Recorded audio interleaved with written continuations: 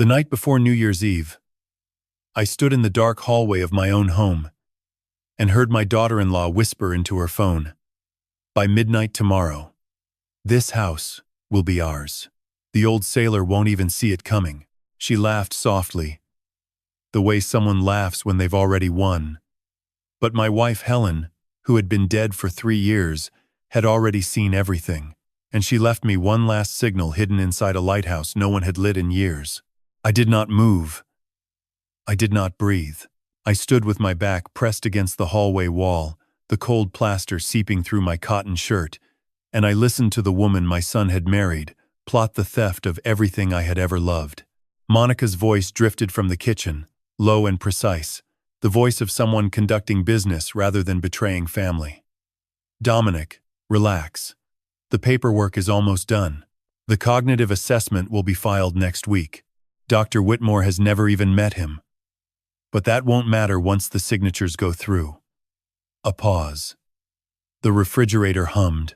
Outside, the Atlantic Ocean threw itself against the shore in slow, rhythmic crashes that sounded like a countdown. By New Year, we file the deed transfer. By February, the old man is in Bayshore Senior Living. By spring, we list the house. Waterfront property in Cape May?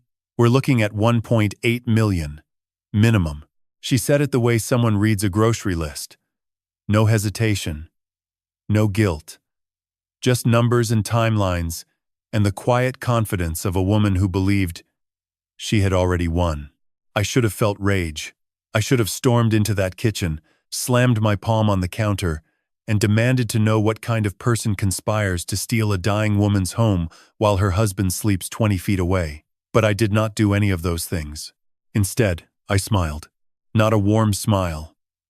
Not a sad smile. The kind of smile that forms when a man who has spent 35 years navigating warships through hurricanes realizes that the most dangerous storm of his life has been brewing inside his own house. The kind of smile that says, "I see you now, and you have made a terrible mistake." Before I tell you what happened next, before I show you the betrayal that cuts deeper than any winter gale and the revenge that rose from 3 years of silence, let me tell you who I am. Because the woman whispering in my kitchen made one critical error. She looked at me and saw a frail, confused old man waiting to be discarded. She never bothered to look deeper. My name is Walter Carey. I am 70 years old. For 35 years I served as a captain in the United States Navy, commanding destroyers and guided missile cruisers across every ocean on this planet. I have sailed through typhoons in the Pacific that bent steel like paper. I have navigated minefields in the Persian Gulf, where one wrong calculation meant death for 300 sailors who trusted me with their lives. I have stood on the bridge of a warship at 3 in the morning, reading the sea the way most people read a newspaper, finding patterns in chaos, detecting danger before it arrives. I retired to this house in Cape May, New Jersey, 15 years ago, with my wife Helen, who was the finest woman I have ever known, and the only person on earth who could outmaneuver me. She was a music teacher. She played Chopin on the piano every morning and sang to the ocean every evening, and loved me with a ferocity that terrified me sometimes because I knew I could never deserve it completely. Helen died 3 years ago. Cancer. The slow kind that gives you time to say goodbye, but never enough time to mean it. She spent her last months not in fear, not in self-pity, but in a state of focused preparation that I did not understand until this very night. She had warned me once, near the end, when the morphine had softened her body, but sharpened her mind to a razor's edge. We were sitting on the back porch, watching the lighthouse go dark for the evening, and she had taken my hand with a grip that surprised me with its strength. "Walter," she said, her voice quiet but certain, "some people carry the ocean inside them, cold and deep and full of hidden currents. Watch Monica carefully. She looks at our home the way a surveyor looks at land." I had squeezed her hand and told her she was imagining things. "The medication," I said. "The exhaustion." She smiled at me then, the patient smile of a woman who knew she was right and had already decided not to argue. The last thing she ever said to me, on the morning she died, was not "I love you." She had said that 1,000 times, and I had memorized every one. Instead, she looked at me with those clear green eyes and whispered, "When the lighthouse goes dark, Walter, start looking." I did not understand those words for 3 years. Until tonight. I eased away from the wall, careful not to let the floorboards creak, and retreated down the hallway to my bedroom. The room was dark except for the pale blue light of the moon reflecting off the ocean through the window. I could see the lighthouse from here, its tower black against the stars, dead and silent since the night Helen passed. She had loved that lighthouse. She said it reminded her of me. "Steady," she would say, pressing her palm to my chest. "Always steady. Even when everything else is dark." I sat on the edge of the bed and pressed my thumb against my wedding ring, feeling its familiar weight. The gold was worn thin from 42 years of never taking it off. Not once, not even when I showered or swam or operated heavy machinery. Helen had slipped it onto my finger on a beach 3 miles from this house, barefoot in the sand, laughing because the minister's toupee kept blowing off in the wind. "Well, Captain," I murmured to the empty room, "it seems your wife gave you orders before she shipped out. Time to follow them." I opened the nightstand drawer and removed the object I had kept there since Helen's last birthday gift to me. A single brass key on a leather cord. The key to the lighthouse. She had given it to me wrapped in tissue paper with a handwritten note that read, "The light is always there. You just have to turn it on." At the time, I thought it was a metaphor. Helen loved metaphors. She said they were music, made of words. Now, holding the key in the moonlight, turning it slowly between my fingers, I understood that Helen Carey had never been the kind of woman who dealt in metaphors when something literal would do. The key was not a symbol. It was an instruction. And somewhere inside that dark lighthouse, my wife had hidden something she needed me to find. I placed the key back in the drawer, closed it gently, and lay down on my side of the bed. Helen's side was still made. The pillow still dented faintly from the shape of her head. The sheets still carrying a ghost of lavender from the sachet she tucked between the linens. I closed my eyes. But I did not sleep. In the kitchen below me, Monica ended her call with a satisfied sigh. I heard her footsteps cross the tile floor. Heard the soft click of the bedroom door she shared with my son. Heard the house settle into silence. Outside, the ocean whispered against the shore. The lighthouse stood dark against the sky, waiting, and in the stillness of that December night, I began to plan. Walter Carey opened his eyes at 4:47 in the morning, the same time he had woken every day for 35 years at sea. The habit lived deeper than memory. It lived in his bones, in the rhythm of his breathing, in the way his hand still reached across the mattress to the side where Helen used to sleep. The sheets were cold. They had been cold for 3 years. He lay still for a moment, staring at the ceiling where a thin crack ran from the window frame to the overhead light. Helen had always said that crack looked like the coastline of Maine. He had promised to fix it. He never did. Now it was one of the last things in the house that still carried her voice. Walter pushed himself upright, slid his feet into the leather slippers she had bought him the Christmas before the diagnosis, and walked down the hallway toward the kitchen. The floorboards groaned beneath his weight. Each sound was a conversation, a reminder that this house had witnessed 41 years of marriage, 3 decades of holiday meals, a son learning to walk, a wife learning to let go. The kitchen was still dark. He reached for the light switch but stopped. In the pale blue glow of early morning, he could almost see her standing at the counter. Helen, with her silver hair pinned loosely, her reading glasses perched on her nose, pouring coffee into the anchor pattern mug she had found at a yard sale in 1986. She always poured his cup first. Always. He filled the kettle instead. The anchor mug sat in the cabinet, untouched since the funeral. He could not bring himself to use it. He could not bring himself to move it. The oak kitchen table had been in this room since 1972. Walter had built it himself during his first shore leave, after Ethan's father Ryan was born. There was a stain near the left corner, where Helen had spilled turkey gravy one Thanksgiving, and they had laughed so hard that Ryan, barely 3 years old, had started clapping from his high chair. Helen never let him sand it away. She said the stain was proof that joy had lived here. Walter sat down and pressed his palm flat against that stain. The wood was cool. The memory was warm. Through the kitchen window, the Cape May lighthouse stood against the gray sky like a sentinel who had forgotten what it was guarding. The light had not turned in 3 years. Not since Helen's last night, when Walter had climbed the iron stairs and switched it off himself. She had asked him to. She said the light would return when it was needed again. He did not understand then. He was beginning to understand now. On the wall beside the refrigerator hung a photograph from 1982. Walter in his dress whites, Helen in a simple ivory dress, the lighthouse rising behind them like a witness. She had insisted on that location. She said a marriage needed a lighthouse, something tall and steady to look toward when the waters got rough. The piano in the living room had been silent since her death. Helen played every evening, always the same piece to close the night. Claire de Lune. The notes used to drift through the house like something liquid, filling corners and softening edges. Now the lid was closed, and a thin layer of dust had settled on the keys. Walter could not open it. Every time he reached for the lid, he heard the first 3 notes in his mind, and his hand would stop. He finished his tea and placed 2 eggs in the skillet. Over easy, the way he had made them on the ship. He dried his hands on the blue anchor tea towel hanging beside the stove, another piece of Helen that refused to disappear. At 7:15, footsteps came down the stairs.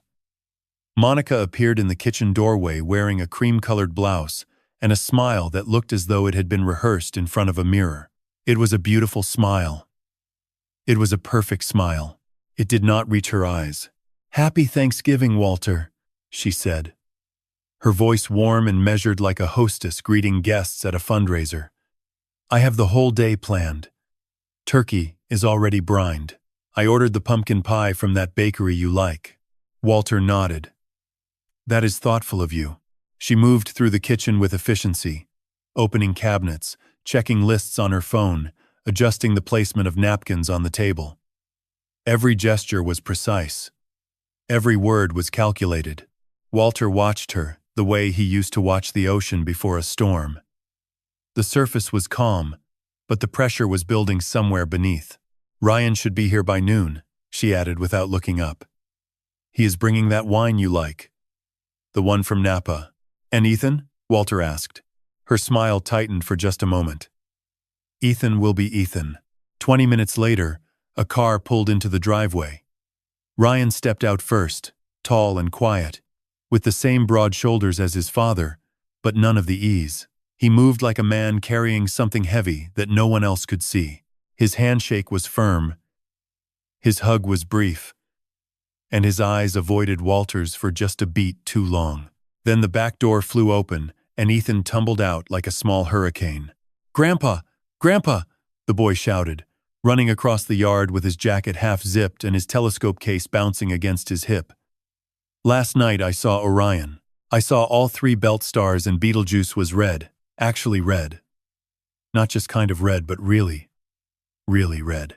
Walter knelt down and caught him. The boy smelled like grass and cold air and something indefinably alive. For a moment, the weight of everything lifted. "Tell me everything," Walter said. Ethan launched into a breathless description of the winter sky, his hands drawing constellations in the air, his eyes wide with the kind of wonder that had not yet learned to be afraid. Behind them, Monica stood at the kitchen window, watching. Her phone buzzed in her hand. She glanced at the screen, then at Walter and Ethan, then back at the screen. She did not smile this time. The dining room table had been set with military precision. White porcelain plates centered on woven placemats, cloth napkins folded into sharp triangles, candles lit at exact intervals, a centerpiece of autumn leaves and small pumpkins arranged as though photographed for a catalog. Monica had spent 2 hours on this. Every fork was aligned. Every glass was polished. Walter sat at the head of the table and understood immediately that this was not a family dinner. This was a performance. Monica carried the turkey from the kitchen on a silver platter she had purchased 3 days earlier. Walter had never seen it before. She placed it at the center of the table with the careful reverence of someone presenting evidence in a courtroom. The skin was golden, the herbs were visible, and the aroma filled the room like a warm fog. She stood behind the dish for a moment, hands clasped, waiting for the compliment she had already scripted. "This looks wonderful, Monica," Walter said, because that was the line she needed to hear. She smiled. The rehearsed one. "I wanted this Thanksgiving to be special. A real family moment." Walter picked up the carving knife. His hands were steady. 35 years on open water had taught him how to hold a blade in any weather. He sliced through the breast in clean, even strokes, placing portions on each plate while Monica narrated the preparation process. The brine had been her grandmother's recipe, she explained. The rosemary came from the garden. The pie was from a bakery in town that used real vanilla, not extract. Every sentence was a brick in a wall she was building. Walter could see the architecture clearly now. Ryan sat to Walter's left, eating slowly, saying little. He complimented the food once, then returned to silence. His eyes moved between his plate and the window, as though he were measuring the distance to an exit. Walter noticed that Ryan's phone sat face down on his thigh beneath the table. Vibrating at intervals he pretended not to feel. "Ryan, put the phone away," Monica said without looking at him. "It is Thanksgiving." Ryan slid the phone into his pocket. "It was just work. Work can wait," she said. The words were soft, but the command beneath them was iron. Ethan sat across from Walter. His plate barely touched, his legs swinging beneath the chair. He had positioned his telescope case against the wall behind him, close enough to reach if the sky suddenly revealed something extraordinary. He was talking about Neptune. "Neptune has 14 moons, Grandpa. 14. And the biggest one, Triton, orbits backward. Every other moon in the solar system goes one way, and Triton just goes the opposite direction. Scientists think Neptune captured it, like it was just passing through, and Neptune pulled it in. A rebel moon," Walter said. "Exactly," Ethan grinned. "A rebel moon." Monica set down her fork. "Ethan, please eat your vegetables before they get cold." The boy looked at his plate, then at Walter, then picked up a single green bean with his fingers and placed it in his mouth with exaggerated obedience. Walter almost laughed. He caught it behind a sip of water. The dinner continued through dessert. Monica controlled the conversation the way a conductor controls an orchestra, guiding each topic, setting the tempo, cutting off anything that wandered too far from her arrangement. She asked Walter about his health. She asked about his sleep. She mentioned casually that a friend of hers had recently moved her father into a lovely community near the shore, and the man had never been happier. "They have activities every day," she said, slicing the pumpkin pie into perfect wedges. "Art classes, music therapy, group walks along the beach." He said it was the best decision his family ever made. Walter held her gaze for 3 full seconds. "I am sure it was." The words landed between them like a stone dropped into still water. Monica blinked, recovered, and changed the subject to Christmas plans. After dinner, Walter excused himself and stepped onto the back porch. The November air hit his face like cold salt water. He could see the lighthouse from here, its dark silhouette rising above the tree line, the glass cabin empty and black against the night sky. 3 years without light. 3 years of silence. Behind him, through the kitchen window, he could hear Monica loading the dishwasher while talking on the phone. Her voice was low, controlled, a frequency designed to carry no farther than necessary. Ethan appeared beside him, telescope in hand. "Grandpa, can we set up on the lawn? The sky is really clear tonight." Walter looked down at the boy. 10 years old, wire-rimmed glasses too large for his face, a wool hat pulled low over his ears, and eyes that held the kind of curiosity that the world had not yet learned to punish. "Get your coat," Walter said. I will bring the chairs. They sat side by side in the cold grass, the telescope pointed toward the eastern horizon. Ethan adjusted the lens with practiced hands, whispering the names of stars as he found them. Betelgeuse, Rigel, Sirius. Each name spoken with the reverence of a prayer. Walter leaned back and looked not through the telescope but toward the lighthouse. He had not climbed those stairs since the night Helen died. The brass key sat in his nightstand drawer, waiting. Grandpa, Ethan said suddenly, lowering the telescope. There is a car parked at the end of the road. A black one. It was there last night too. Walter turned slowly. At the far edge of the coastal road, past the dunes, a black sedan sat with its lights off. No movement. No interior glow. Just a dark shape parked where no one had reason to park. Are you sure it was there last night? Walter asked. Positive. I saw it through the telescope. I thought maybe someone was watching the stars too. But the car never moved. Not once. Walter stared at the sedan for a long moment. The wind shifted. The lighthouse groaned above them, metal flexing in the cold.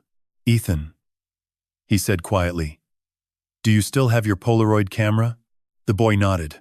Tomorrow morning, if that car is still there, I want you to take a picture of it. Can you do that? Ethan's eyes widened. Not with fear, but with the electric thrill of a secret mission. Like a spy? Walter placed his hand on the boy's shoulder. Exactly like a spy. They stayed outside for another hour, cataloging stars, but Walter's eyes kept drifting back to the black sedan.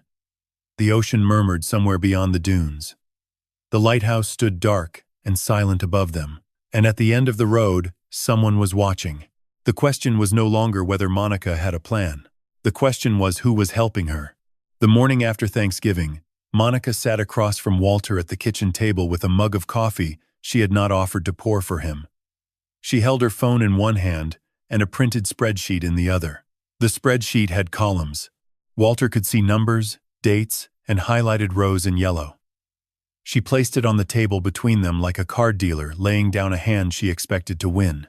Walter, I want to talk to you about something important, she began. Her voice carried the same measured warmth she had used at dinner. But today there was an edge beneath it, a blade wrapped in velvet. Ryan and I have been looking at the household finances, and honestly, the numbers are concerning. Walter poured his own tea. He said nothing. The property taxes on this house went up 11% this year, she continued, tapping the spreadsheet with a manicured nail. The insurance premiums are through the roof because of the coastal flood zone, and the maintenance costs on a home this age. Walter, we are talking about a house built in 1958. The plumbing alone needs a complete overhaul. The roof has another 2 years at most. She paused, waiting for him to react. He sipped his tea. I am not trying to be difficult, she said. I am trying to be practical. Ryan's salary covers our expenses, but supporting 2 households is not sustainable. And your pension, Walter. Your Navy pension is good, but it does not stretch the way it used to. Walter set his mug down. What exactly are you suggesting? She leaned forward. I am suggesting we start thinking about the future, about what makes sense for everyone. This house is a beautiful piece of history, but it is also a financial anchor, dragging us all down. There it was. The word she had chosen. Anchor. She had used it deliberately, knowing the weight it carried for a man who had spent his life at sea. Walter felt the precision of it. The way a sailor feels a shift in wind direction before the sails respond. She was not just gathering information, she was mapping the terrain. Have you spoken to Ryan about this? Walter asked. Of course. He agrees that we need to have this conversation. Walter doubted that. Ryan had barely spoken 10 words at Thanksgiving dinner. Agreement and silence were not the same thing, and Monica had a habit of translating one into the other. And the life insurance, she added, almost as an afterthought. The way a fisherman tosses the last hook. Helen's policy. I know it matured last year. Have you thought about how to allocate those funds? Because if we are being strategic, that money could cover the transition costs for a more manageable living situation. Walter looked at her directly. Her eyes were steady, practiced, unblinking. She had rehearsed this. She had probably rehearsed it in the car on the way here, running through his possible objections, preparing her counters. She was good. He had to admit that. She was very good. I will think about it, he said. She smiled. The victory smile. The one that appeared when she believed she had moved a piece forward on the board without anyone noticing. That is all I ask, Walter. Just think about it. She gathered her spreadsheet, kissed him on the forehead with lips that felt like paper, and walked out of the kitchen. Walter listened to her footsteps, climbed the stairs, heard the bedroom door close, and then sat in the silence she left behind. He remained at the table for 20 minutes. The clock ticked. The refrigerator hummed. Outside, the lighthouse stood pale against the gray morning sky. Walter replayed every word Monica had spoken. Not for content, but for structure. She had started with concern, moved to numbers, escalated to burden, and landed on Helen's life insurance. Every step was calculated. Every transition was seamless. She interrogated like a sonar operator, sending out pings and listening for what bounced back. And Walter had given her nothing. He rose from the table, washed his mug, dried his hands on the blue anchor tea towel, and walked into the living room. The piano sat where it had always sat, against the east wall, beneath the window that faced the garden Helen had planted the year Ryan was born. The lid was closed. Dust had settled on the dark wood like a thin gray veil. Walter stood before it. His fingers hovered above the lid. He could hear the first 3 notes of Clair de Lune in his mind. Helen's hands moving across the keys with the quiet confidence of a woman who played not for an audience but for the house itself. He opened the lid. The keys were yellowed but intact. He pressed middle C. The note rang out, slightly flat, and the sound traveled through the room like a voice calling from another year. He had not heard this piano in 3 years. The vibration moved through his fingertips, up his wrist, and settled somewhere behind his sternum. He was not here to play. Helen had told him once, during the last week of her life, that the piano held more than music. He had thought it was the morphine talking. He had held her hand and nodded, and told her he understood, even though he did not. But last night, after seeing the black sedan and hearing Monica's rehearsed pitch about finances, something had shifted. Helen's words returned with new weight. Walter lifted the fallboard completely and looked inside the body of the piano. Strings stretched in parallel rows like the rigging of a ship. He reached his hand in carefully, feeling along the wooden frame, past the hammers, past the dampers, until his fingers touched something that did not belong. An envelope, taped to the inside of the piano's soundboard. He pulled it out slowly. It was a standard letter envelope, sealed with clear tape, and on the front, in Helen's handwriting, were 2 words. Journal 1. Walter's hands trembled. Not from age, not from cold, from the sudden, overwhelming understanding that Helen had known. She had known what was coming, and she had prepared. She had hidden her defense inside the instrument she loved most. In the one place she knew Monica would never think to look, because Monica had never once asked about the piano. Monica had never once asked about the music. He turned the envelope over. On the back, in smaller handwriting, Helen had written a single line. She started planning before I was gone, Walter. Read everything. Trust nothing, she says. The kitchen was empty. The house was quiet. Somewhere upstairs, Monica was on her phone, unaware that the dead woman whose home she intended to steal had been listening long before the first lie was ever spoken. Walter sat down in Helen's chair, opened the envelope, and began to read. Walter read through the night. The envelope contained not a bound journal but 12 handwritten pages, front and back, in Helen's careful cursive. The ink was blue, the same shade she had always used, the fountain pen he had given her on their 20th anniversary. She wrote the way she played piano, with rhythm, with intention, with the quiet certainty of someone who understood that every note mattered. The first page was dated 14 months before her death. Walter, if you are reading this, then what I feared has already begun. I am writing this while I still have the strength to hold a pen and the clarity to organize what I have seen. I do not know how much time I have left, but I know it is not enough to say all of this to your face without breaking down. So I am putting it here, in the place where I have always told the truth. Inside the music. Walter pressed his thumb against the page. The paper was slightly warped from age and humidity, but the words were clear. Helen had always written as though her sentences might one day be read aloud in court. He understood now that this was not coincidence. She described what she had observed in the months after her diagnosis became terminal. Monica had changed. Not dramatically. Not in ways that Ryan would notice or that a casual observer would flag.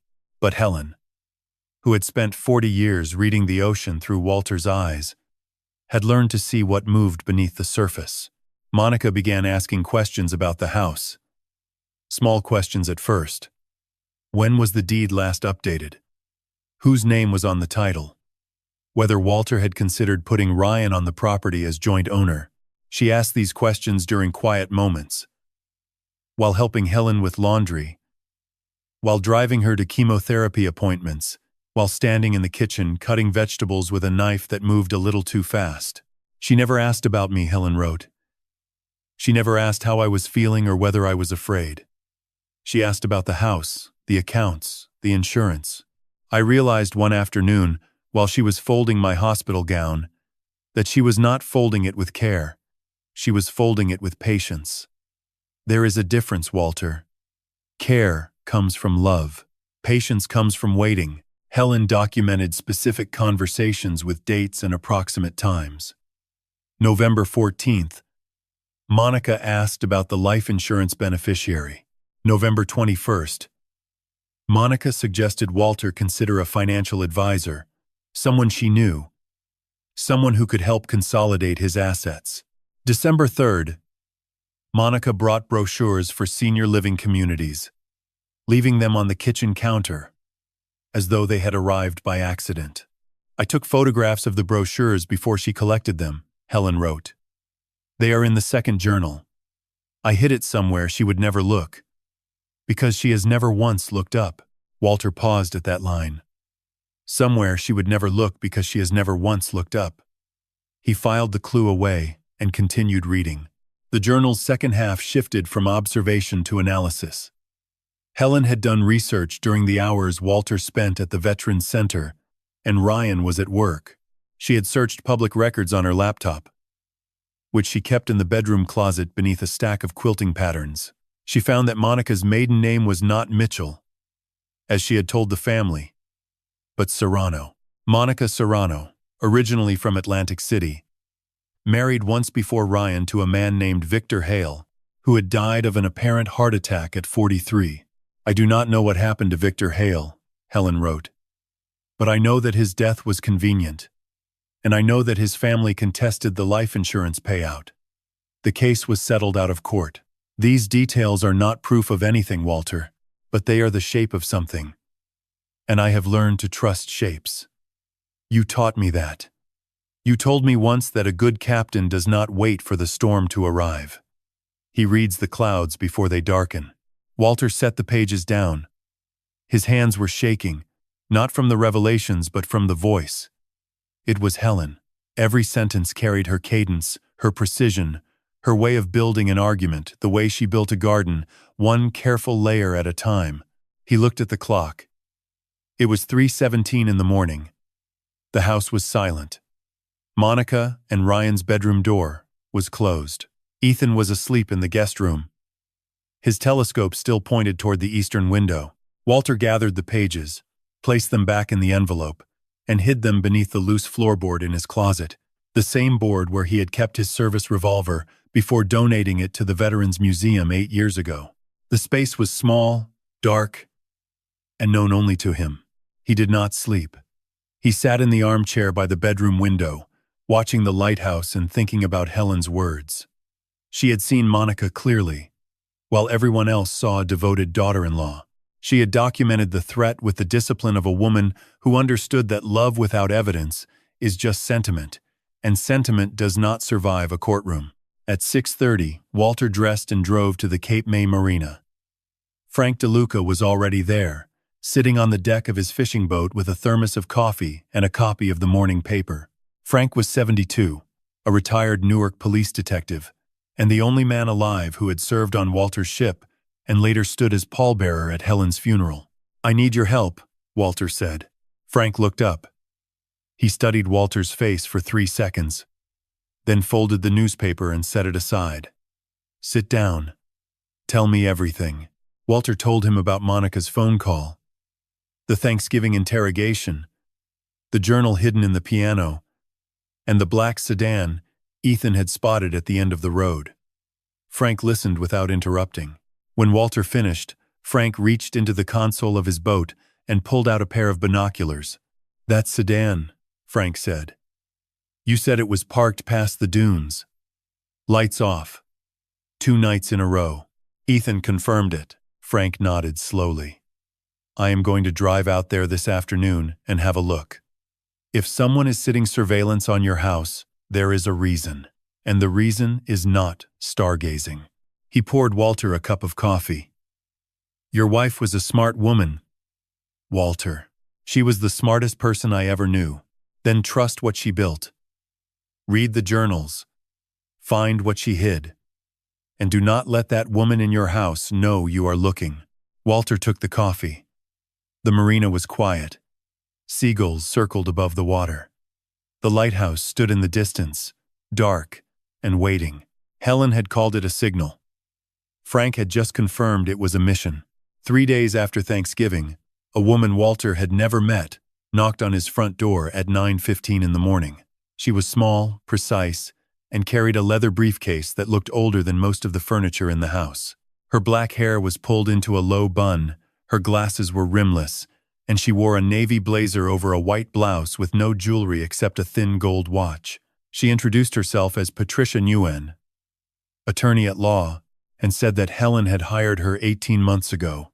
Walter stood in the doorway, one hand on the frame, and said nothing for 5 full seconds. "May I come in?" Patricia asked. "Your wife left very specific instructions about when I should visit, and the conditions have been met." "What conditions?" Patricia opened her briefcase on the porch, removed a single sheet of paper sealed in a clear plastic sleeve, and held it up for Walter to read. It was a letter in Helen's handwriting, dated 16 months before her death. The letter stated that Patricia should visit the house no earlier than 1 week after the first Thanksgiving following Helen's passing, in which Monica Carey raised the subject of Walter's finances, the house, or senior living arrangements at the dinner table. Walter read it twice. Then he stepped aside and let her in. They sat at the oak kitchen table. Patricia placed her briefcase on the floor, removed a manila folder, and set it between them with the same deliberate motion Monica had used with her spreadsheet. But where Monica's gesture had carried the energy of a trap, Patricia's carried the weight of a promise being kept. "Helen contacted me through a referral from the Cape May County Bar Association," Patricia began. "She wanted an attorney with no connection to your family, your neighborhood, or your son's employer. She paid my retainer in cash, in person, at my office in Cherry Hill. There is no paper trail linking her to me that Monica, or anyone acting on Monica's behalf, could discover through a standard records search." Walter folded his hands on the table. "Helen never mentioned you. That was the agreement. She believed that if you knew, your behavior would change, and Monica would notice. Helen wanted you to live naturally until the threat materialized. She trusted that you would recognize it when it arrived." Patricia opened the manila folder. Inside was a second envelope, larger than the one Walter had found in the piano, sealed with red wax, pressed with the image of a lighthouse.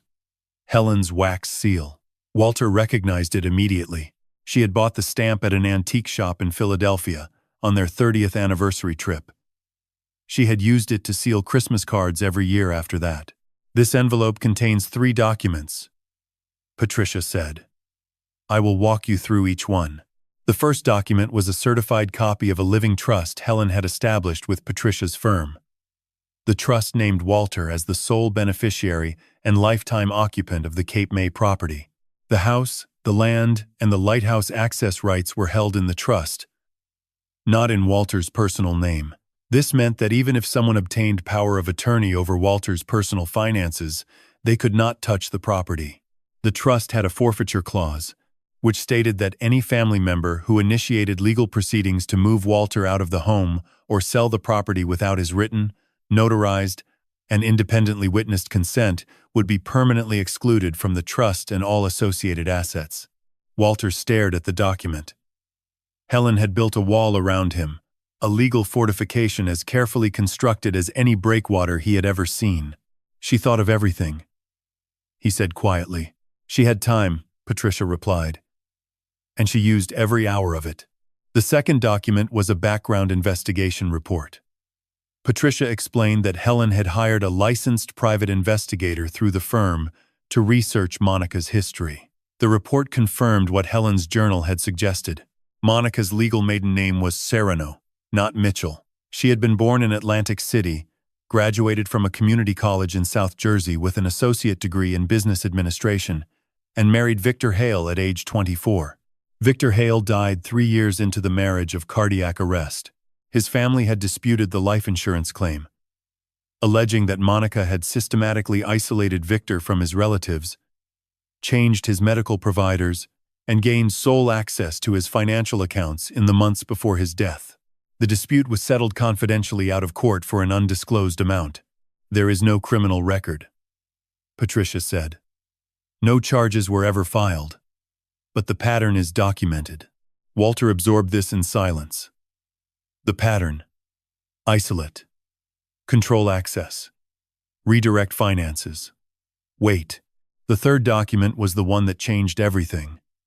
It was a single page, a certified copy of a property deed transfer request filed with the Cape May County Clerk's Office 11 days before Thanksgiving.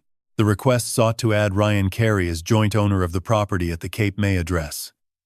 The signature line bore Walter's name. Walter had never signed it. He looked at Patricia.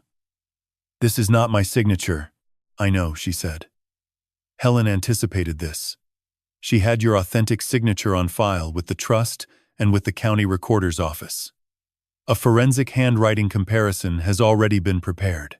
The signature on this document is a forgery. The room was very quiet.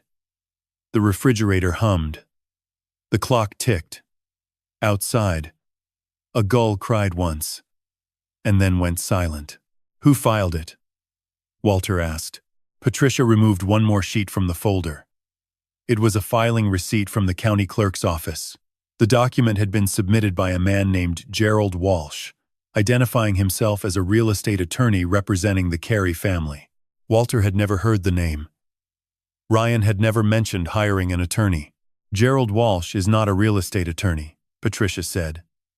He is a disbarred lawyer from Camden County who lost his license 4 years ago for forging client documents in a property fraud case. His current known associate is a man named Dominic Serrano. Walter's jaw tightened. Dominic, the name from Helen's journal. Monica's connection to the world she came from, the world she had tried to bury, beneath a new last name and a polished smile. Patricia closed the folder.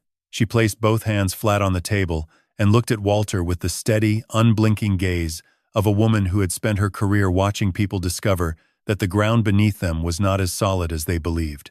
Walter, your wife built this case over 14 months. She hired me, funded the investigation, established the trust, and set the conditions for my visit. She did all of this while undergoing chemotherapy, while losing her hair, while sitting in that chair playing piano every evening, as though nothing in the world was wrong. She paused. Helen did not leave you unprotected. She left you armed. Walter looked at the lighthouse through the kitchen window. The morning light had turned the glass cabin into a mirror, reflecting the sky back at itself. Armed. Yes, that was the right word. Patricia Nguyen, returned the following morning with a second briefcase. This one was newer, black, with a combination lock. She set it on the oak table beside 2 cups of tea Walter had prepared, opened it, and removed a stack of documents nearly 2 inches thick. She arranged them in 4 groups, each held together with a binder clip, and placed them in a row like chapters of a book no one was meant to read. "Yesterday I showed you the legal framework," she said. "Today I'm going to show you who Monica Serrano actually is." The first group was a biographical reconstruction. Monica Serrano was born in Atlantic City, New Jersey, the youngest of 3 children. Her father left when she was 6. Her mother worked double shifts at a boardwalk casino and died of liver failure when Monica was 19. There was no college fund, no inheritance, no safety net. Monica graduated from Atlantic Cape Community College with an associate degree in business administration and took a job as an administrative assistant at a small real estate office in Ventnor City. She was efficient, organized, and according to 2 former coworkers Patricia had interviewed, extraordinarily observant. She learned how property transactions worked from the inside, Patricia said. Not as a licensed agent, but as the person who processed the paperwork. She saw how deeds were filed, how titles were transferred, how estate documents moved through the system. She understood the machinery. At 23, Monica met Victor Hale at a networking event in Margate. Victor was 41, recently divorced, and the owner of a small chain of laundromats across South Jersey. He was kind, lonely, and financially comfortable. They married within 8 months. Patricia slid a photograph across the table. Victor Hale was a heavy man with a wide smile and thinning hair, standing beside Monica at what appeared to be a wedding reception. Monica looked younger, thinner, and her smile in the photograph was different from the one Walter knew. It was wider, less controlled. She had not yet perfected the performance. Victor's family did not approve of the marriage, Patricia continued. His sister, Sarah Hale, told the private investigator that Monica moved quickly to isolate Victor from his relatives. She changed their phone number within the first month. She convinced Victor to stop attending his weekly poker game because it was a waste of money. She redirected his mail to a post office box that only she had the key to. Within 6 months, Victor's sister had not spoken to him in 10 weeks. Walter recognized the pattern. It was the same choreography Monica had been performing in his house, just with different music. Victor Hale died of cardiac arrest at age 43, alone in his home on a Tuesday afternoon. Monica was at a hair appointment. The autopsy listed natural causes. There was no investigation, but Sarah Hale filed a civil complaint alleging that Monica had changed Victor's life insurance beneficiary from his children to herself 3 months before his death, had obtained power of attorney by telling Victor it was a routine tax document, and had systematically removed every person from his life who might have noticed the changes. The case was settled out of court, Patricia said.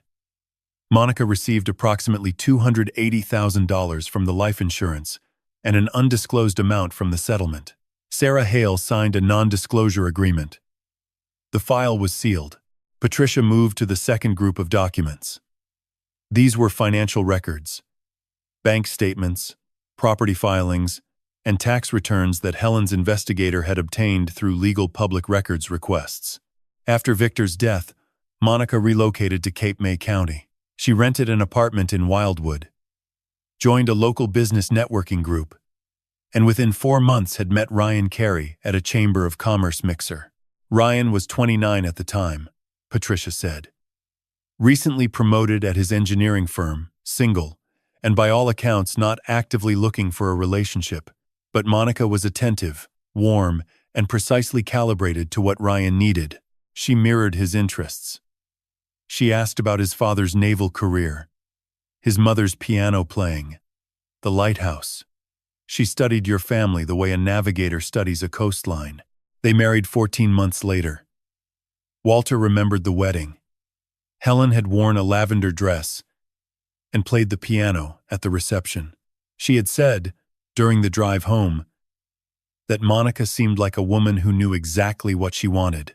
Walter had taken it as a compliment. He understood now that it was a warning. The third group of documents concerned Dominic Serrano.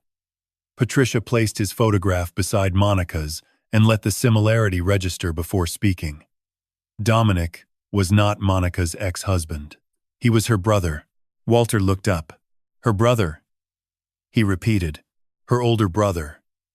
Born Dominic Serrano, 49 years old. Last known address in Camden. He has a criminal record.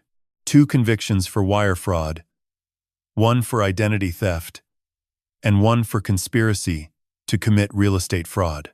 He served 22 months at Federal Correctional Institution Fort Dix and was released on supervised probation 4 years ago. Patricia tapped the fourth group of documents. This is where Gerald Walsh enters the picture. Walsh was Dominic's attorney during the wire fraud trial. After Walsh was disbarred for forging client signatures in an unrelated property case, he and Dominic began working together outside the legal system.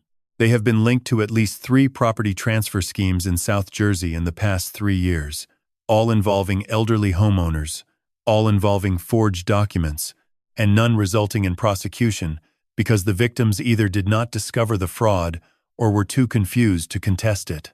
Walter sat very still. The kitchen was silent except for the sound of the wind pressing against the window.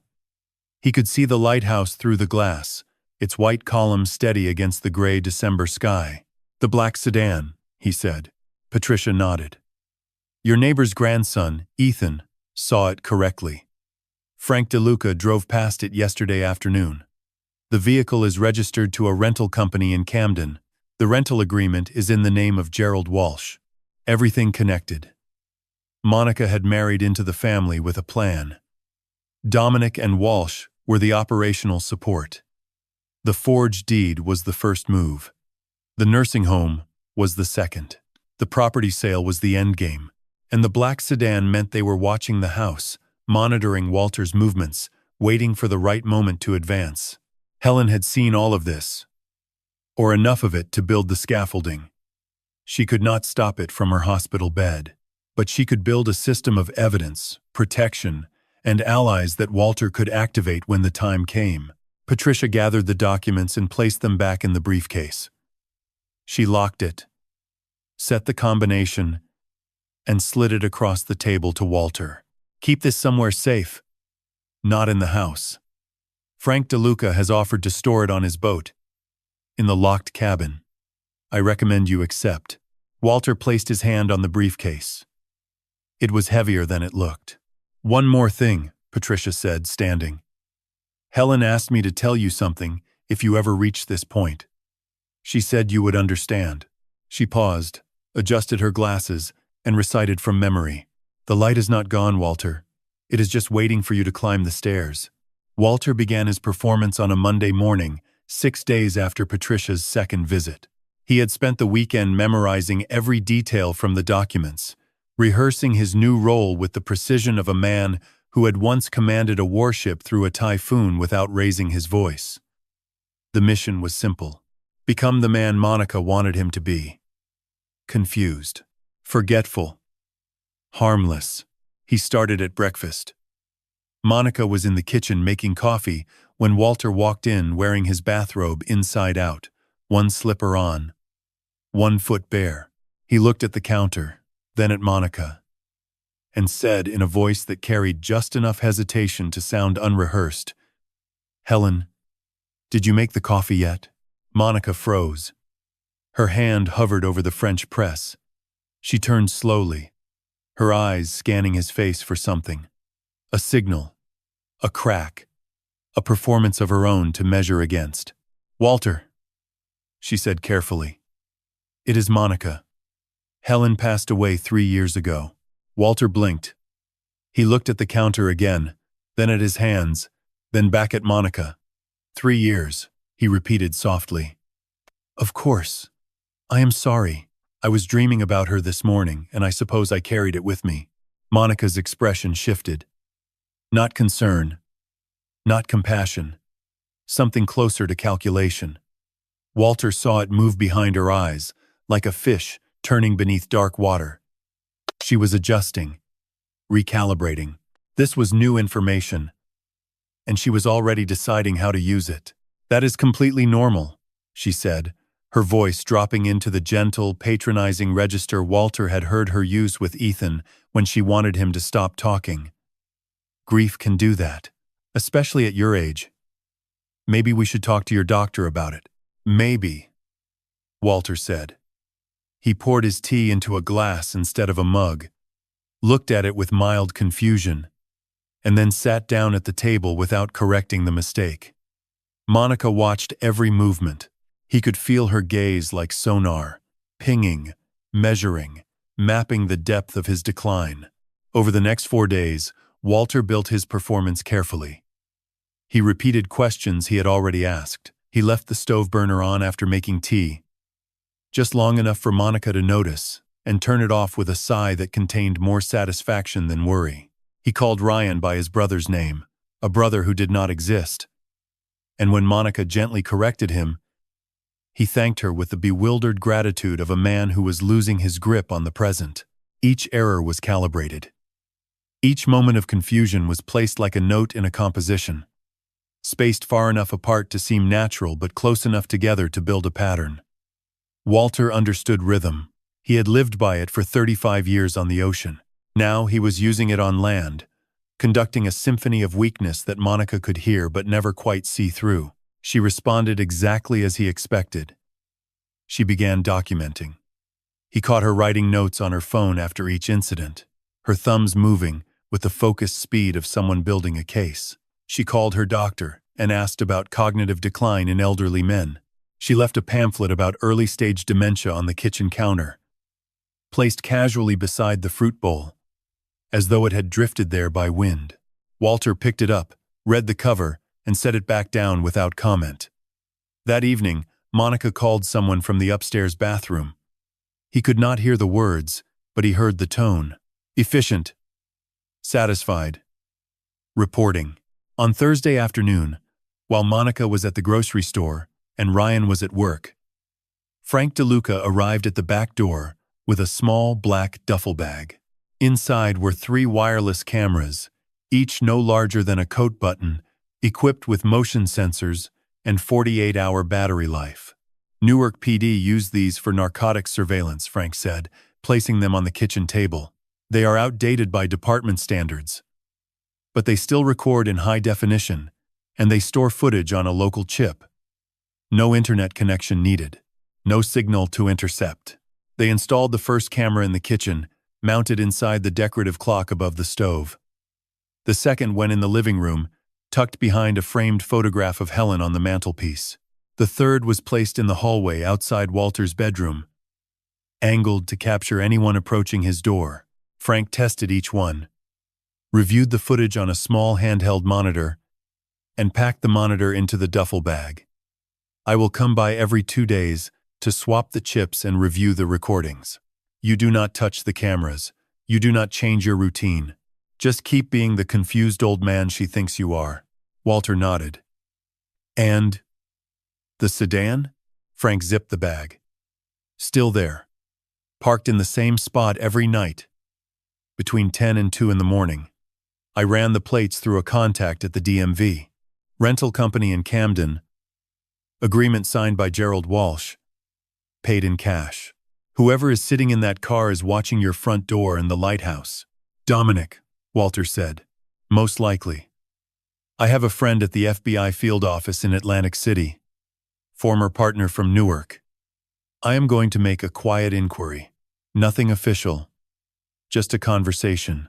If Dominic Serrano is violating the terms of his supervised release by participating in a property fraud scheme, the Bureau will want to know." Frank left through the back door, crossing the yard toward the dune path that led to the marina. Walter watched him go, then returned to the kitchen and sat at the oak table. The clock above the stove ticked steadily, its tiny hidden eye now recording everything that moved beneath it. That night, Walter went to bed at 9:30, as usual. He lay in the dark, listening to the house settle, counting the familiar sounds. The furnace clicking on, the wind pressing against the north-facing windows, the distant rhythm of the ocean beyond the dunes. At 1:14 in the morning, the hallway camera captured its first footage. Monica, barefoot, in a gray robe, moving past Walter's bedroom door toward the stairs.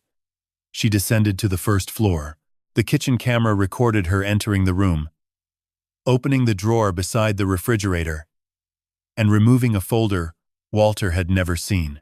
She spread its contents on the table: papers, printouts, what appeared to be bank statements, and photographed each page with her phone.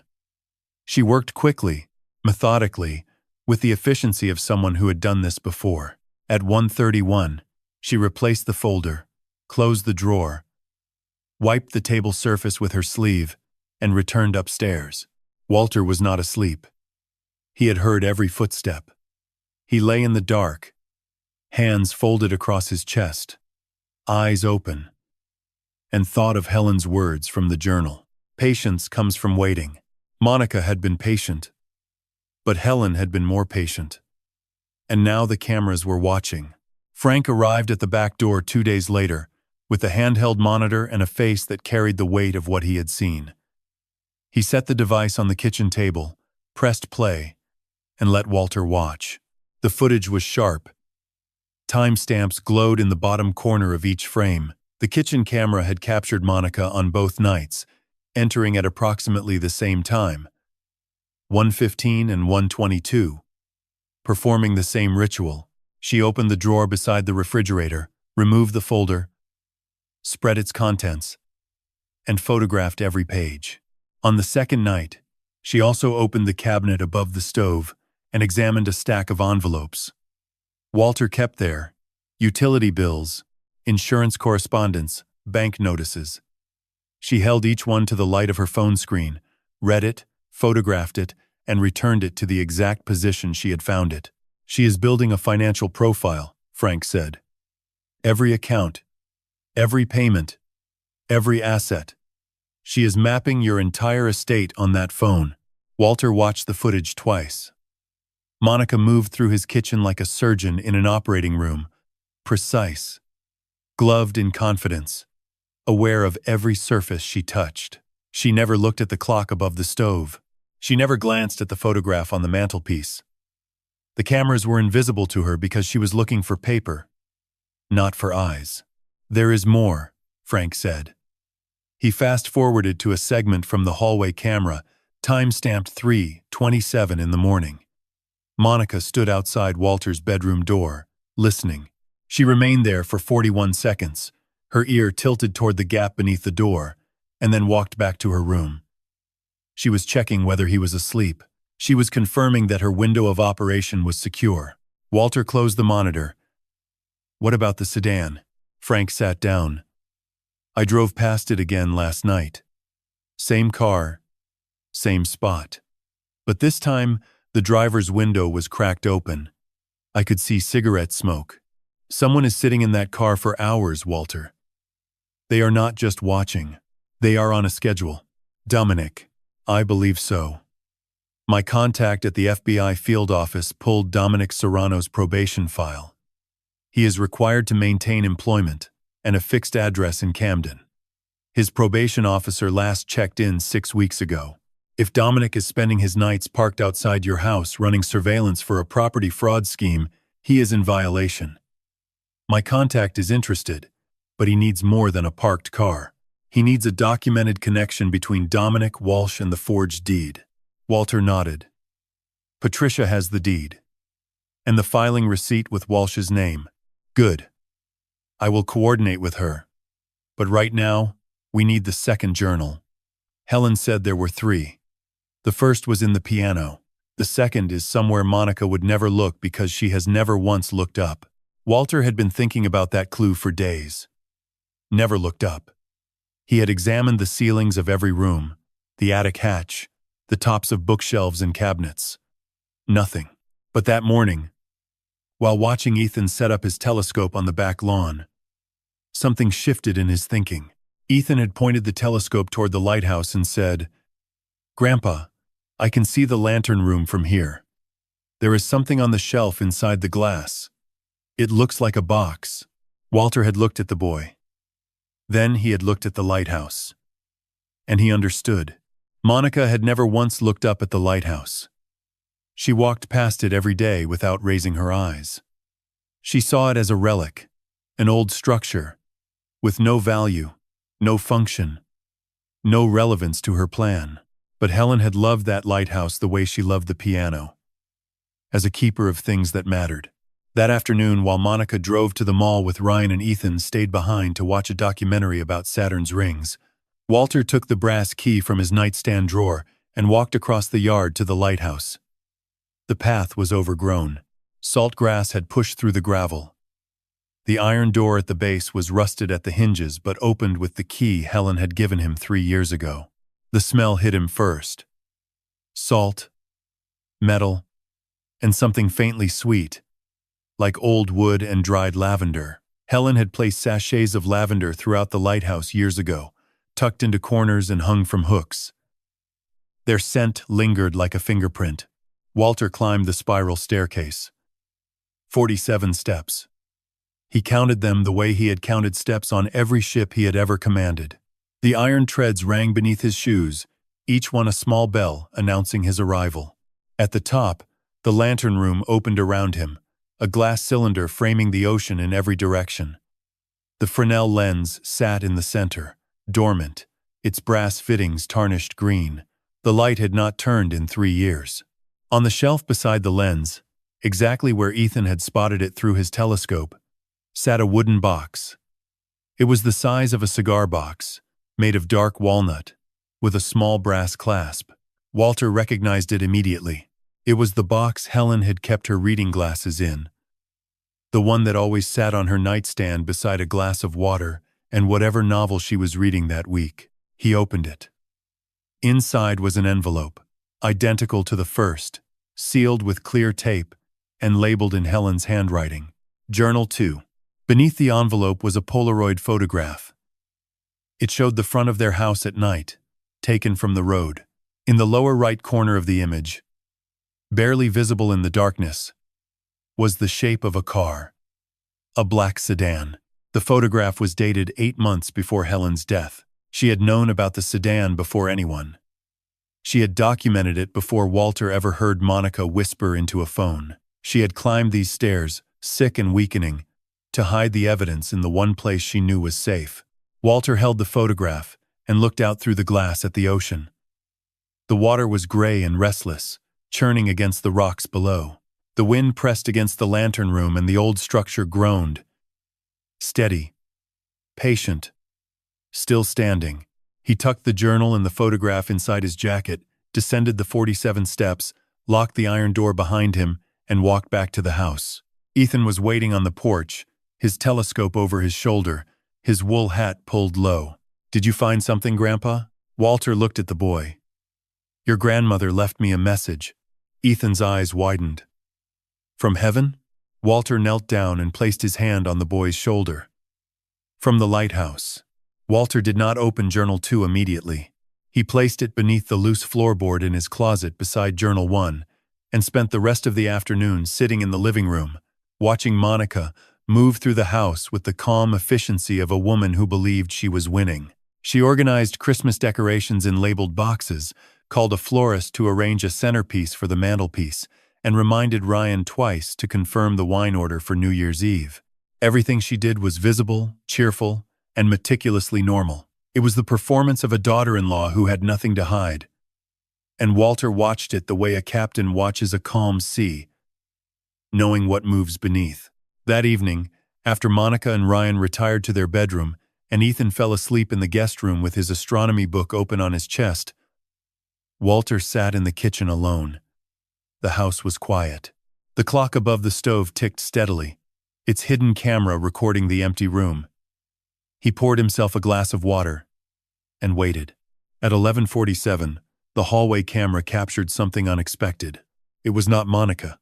Ryan Carey descended the stairs in bare feet, wearing a gray sweatshirt and sweatpants, moving with the deliberate silence of a man who had practiced this route before. He paused at the bottom of the staircase, listened for 3 seconds, and then walked to the kitchen. He did not turn on the light. He used his phone's flashlight, angled downward. casting a narrow beam across the floor, like a man navigating a submarine corridor during a blackout drill. Walter was not in the kitchen. He had moved to the darkened living room 20 minutes earlier. A decision made not from suspicion of his son but from the restless insomnia that had become his companion since Helen's death. He sat in the armchair by the window, invisible in the shadows, and watched through the open doorway as Ryan opened the laptop he had carried under his arm. Ryan sat at the oak table, plugged a USB drive into the laptop, and began copying files. Walter could see the screen's glow reflected in Ryan's glasses, blue light shifting as folders opened and closed. Ryan worked quickly but not frantically. His movements had the measured pace of someone who had done this multiple times. Someone who knew exactly which files he needed and where to find them. After 12 minutes, Ryan removed the USB drive, closed the laptop, and sat very still. He pressed his palms flat against the table, the same gesture Walter made when he was steadying himself against a difficult truth. Then Ryan did something Walter did not expect. He reached into the pocket of his sweatshirt and pulled out a small leather notebook. He opened it to a page near the middle, wrote something with a pen he kept clipped to the cover, and closed it. The notebook was old, worn at the edges, the kind of thing a man carries not because it is convenient, but because it is necessary. Ryan stood, tucked the laptop under his arm, and turned toward the hallway. As he passed the living room doorway, Walter spoke. "Ryan." The word was quiet, not a command, not an accusation, just a name spoken in the dark by a father who had waited long enough. Ryan stopped. His silhouette filled the doorframe. He did not run. He did not make excuses. He stood there for 5 seconds, breathing, and then turned around and sat down in the chair opposite Walter. Neither of them turned on a light. "How long have you known?" Walter asked. Ryan placed the laptop and the notebook on the coffee table between them. He leaned forward, elbows on his knees, and rubbed his face with both hands. When he looked up, his eyes were red. Not from tears, but from the accumulated weight of something he had been carrying alone for months. "Since August," Ryan said. Walter waited. "I found discrepancies in our joint bank account. Small transfers, 200 here, 300 there. Always to an account I did not recognize. I thought it was a billing error. I called the bank. They told me the transfers were authorized by a secondary account holder using a digital signature I had never set up." He paused. "I traced the receiving account to a name I did not know. Gerald Walsh." Walter felt the name land in the room like a stone hitting the bottom of a deep well. "I did not confront her," Ryan continued. "I started watching. I checked her phone when she was in the shower. I found text messages to a number saved under the name Diane. The messages were not personal. They were operational. Transfer dates, document deadlines, property filing numbers. One message said, and I remember the exact words, "The old man is showing signs. Doctor visit next week. Timeline moves up." Ryan's voice was steady, but his hands were shaking. He gripped the edge of the notebook as though it were the only thing keeping him anchored. "I did not know who Diane was. I searched the number. It is registered to a prepaid phone purchased in Camden. I could not trace it further, but I started documenting everything. Every transfer, every message, every conversation I overheard. I have been copying files from her laptop for 3 months. Financial records, emails to Walsh, scanned documents with your signature on them. Signatures I know you never gave, because I watched her practice them." Walter sat very still. The darkness between them was not empty. It was full of everything Ryan had endured in silence. The knowledge that his wife was stealing from his father. The shame of not acting sooner. The fear of what it meant for Ethan. "Why did you not come to me?" Walter asked. Ryan looked at him. In the pale light from the window, his face was the face of a boy who had once stood at this same window, watching his father leave for sea, afraid but unwilling to cry. "Because I was afraid you would think I chose her over you. Because I married her. I brought her into this house. Into Mom's house. Walter reached across the space between them and placed his hand on Ryan's forearm. The gesture was simple. A captain's hand on a crewman's shoulder, a father's hand on a son's arm, and it said everything that words could not organize in the dark. You did not bring her into this house, Ryan. She brought herself. And your mother knew. Ryan looked up. Mom knew? Walter nodded. She left journals. 3 of them, hidden in places Monica would never look. She hired an attorney. She built a trust to protect the house. She documented everything she saw, including Monica's real name. The silence that followed was the longest of Walter's life. Ryan sat motionless, absorbing the revelation that his dead mother had fought the same war he was fighting now, from the same house, against the same enemy, and had done it while dying. Her real name, Ryan whispered. Serrano. You knew. I found it 2 weeks ago. On a document she forgot to delete. Walter squeezed his son's arm. Then we are not starting from nothing. We are finishing what your mother began. They did not move from the living room until 2 in the morning. The house was dark, except for the faint silver light that came through the window from the half-moon hanging above the ocean. Walter and Ryan sat across from each other, the coffee table between them like the chart table on a bridge, and they laid out everything they had. Ryan opened his leather notebook. It contained 43 entries, each dated, each written in the compact handwriting of an engineer who understood that precision was not optional. He had documented bank transfers, text messages, phone call timestamps, screenshots printed on copy paper and folded into the notebook's back pocket, and a list of 17 documents he had copied from Monica's laptop. The documents included scanned property records, a draft power of attorney form with Walter's name already typed in, correspondence between Monica and Gerald Walsh discussing filing deadlines, and a spreadsheet tracking the estimated value of every asset Walter owned. The house, the lighthouse, access rights, the Navy pension, Helen's life insurance payout, and a savings account Walter had nearly forgotten existed. She knows about the savings account at First National, Ryan said. The one Mom opened in 1992 for emergencies. Monica found the statements in your desk drawer. Walter nodded. Helen had opened that account with $3,000 the year Ryan started high school. It had grown slowly, through decades of small deposits and compound interest, to just over $41,000. It was not a fortune, but to Monica, every number was a brick in the wall she was building toward the house. Ryan turned to a page near the middle of the notebook. This is where it gets worse. 3 weeks ago, I found an email on her laptop sent to Walsh. She asked him to prepare a second deed transfer, this one adding her name as co-owner alongside mine.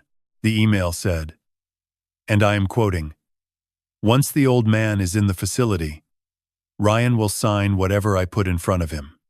He does not read documents. He trusts me." The words hung in the dark room like smoke. Walter looked at his son. Ryan's jaw was tight, his eyes fixed on the notebook.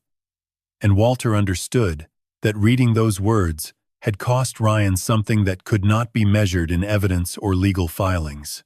It had cost him the last fragment of belief that his marriage contained anything real.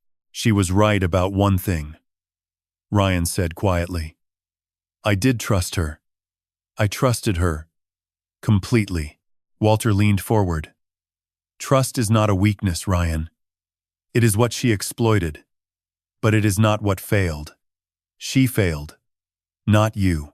They sat in silence for a moment. The ocean murmured beyond the dunes. The lighthouse stood dark against the sky, holding its secrets the way Helen had held hers. Walter retrieved the 2 journals from beneath the floorboard in his closet. He had not yet read Journal 2.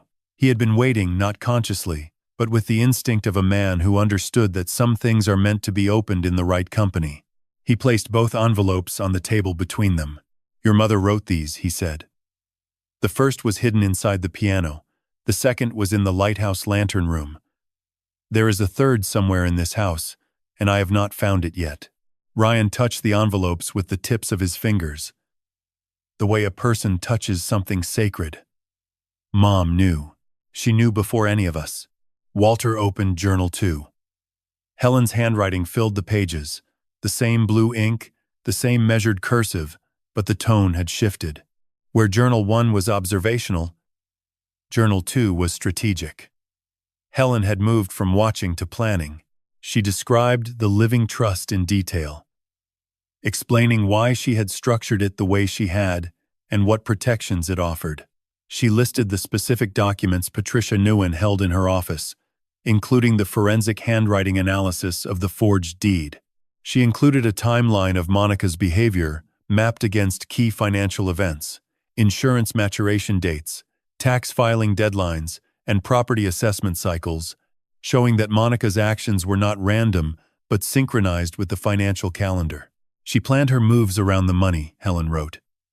Every question she asked me, every brochure she left on the counter, every conversation she steered toward Walter's future, all of it was timed. She is not impulsive, Walter. She is architectural. And the building she is constructing has no room in it for you. Ryan read over Walter's shoulder. Neither of them spoke. The pages turned in the silence like leaves falling from a tree that had been standing longer than anyone realized. Near the end of Journal 2, Helen had written a letter. Not to Walter, to Ryan, my dearest Ryan. If you are reading this, then your father has found the journals, and you are standing beside him. I knew you would. I did not tell you what I discovered, because I needed you to find it yourself. A truth that is handed to someone can be denied. A truth that is uncovered cannot. I am sorry that this truth is about the woman you married. I am sorry that I could not protect you from that. But I can tell you this. You are your father's son. You have his steadiness, his patience, and his refusal to abandon the people he loves. Do not blame yourself for what she did. Blame is her currency. Do not spend it. Instead, finish this. Together. The way our family has always done everything. Together. Ryan set the letter down. He did not cry. He pressed his palm flat against the page, the way Walter had pressed his palm against the gravy stain on the oak table, holding something that could not be held, touching a presence that was no longer there, but had never truly left. She wrote this while she was dying, Ryan said. She wrote all of it while she was dying. Ryan closed the journal carefully, aligning the pages, smoothing the cover. He placed it on the table beside his own notebook. 2 records of the same war fought by 2 people who never knew they were allies. What do we do now? Ryan asked. Walter looked at the lighthouse through the window. We find Journal 3. We combine everything. Your evidence, the journals, Patricia's files, Frank's footage, and we wait for the right moment. New Year's Eve, Ryan said. Walter turned to him. Why New Year's Eve? Because she told Walsh the deed transfer needs to be filed by January 2nd. She is planning to have you sign the documents at the New Year's party, in front of witnesses, while everyone is celebrating. She thinks you are confused enough to sign without reading. Walter allowed himself a small, quiet smile. It was not a smile of amusement. It was the smile of a man who had just identified the exact coordinates of the enemy's position. Then New Year's Eve it is. Ryan extended his hand across the table. Walter took it. The handshake was firm, steady, and lasted exactly as long as it needed to. 2 soldiers, 1 mission, and a dead woman's voice guiding them both from the pages she had written in the final months of her life. December moved through the house like a tide, slow and steady, carrying with it the weight of what was coming. Monica decorated every room with the precision of a woman staging a home for sale. Garland wrapped the staircase banister. A wreath hung on the front door, tied with a red velvet ribbon she had ordered from a catalog. The tree stood in the living room corner, tall and symmetrical, its ornaments spaced at exact intervals, each one reflecting the light from a strand of white bulbs that blinked at a tempo Monica had programmed into a smart plug. Walter watched all of it. He complimented the decorations, the way a man compliments the bars of a cage he is not yet supposed to see. Ethan was the only one in the house who treated December the way it was meant to be treated. He built a paper chain that stretched from the guest room door to the bathroom, counting down the days until Christmas. He asked Walter to help him write a letter to Santa, even though he confessed, in a whisper, that he was fairly certain Santa was not real, but wanted to write the letter anyway because it felt good. He asked for a new telescope lens, a book about black holes, and for his grandmother to send one more song from wherever she was. Walter read that line 3 times before folding the letter and placing it in an envelope. On December 19th, 6 days before Christmas, and 12 days before the New Year's Eve deadline, Ethan came into the living room carrying a small wooden music box. It was the size of a deck of cards, made of dark cherry wood, with a brass winding key on the bottom. Helen had given it to Ethan on his 7th birthday. When wound, it played a tinkling, simplified version of Clair de Lune, the same melody Helen played on the piano every evening. "Grandpa," Ethan said, holding the box with both hands, "my music box sounds different." Walter set down his tea. "Different how?" "Heavier. Like there is something inside that was not there before. And when I shake it, something moves. But the music still plays. So it is not broken. It just sounds different. Like there is an extra note." Walter took the box from the boy's hands. He turned it over slowly. It was heavier than he remembered. He wound the key and listened. The melody played, delicate and familiar, but Ethan was right. There was a faint rattle beneath the music. Something solid shifting inside the case with each rotation of the mechanism. He examined the bottom panel. It was secured with 4 small brass screws. Helen had been meticulous about craftsmanship. She would not have left a loose component. Whatever was inside had been placed there intentionally. "Ethan, may I borrow this for a little while?" The boy nodded. "Is it another message from Grandma?" Walter looked at him. "I think it might be." He waited until Monica left the house at 2:15 for her weekly hair appointment, and Ryan was in his home office on a conference call with the door closed. Then Walter took the music box to the kitchen, retrieved a small screwdriver from the utility drawer, and carefully removed the 4 brass screws from the bottom panel. The base plate came away cleanly. Inside, taped to the underside of the music mechanism, was a USB flash drive and a folded piece of paper.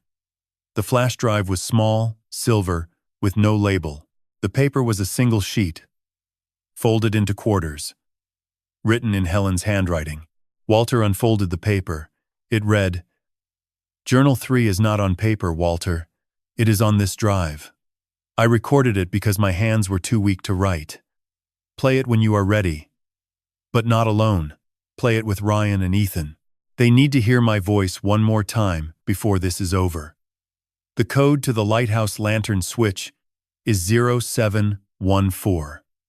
Our wedding day, July 14th. When the time comes, turn the light back on. 0714. July 14th, 1982. The day Walter and Helen stood in front of the lighthouse in their wedding photograph, the day she wore ivory and he wore dress whites, the day she told him a marriage needed a lighthouse.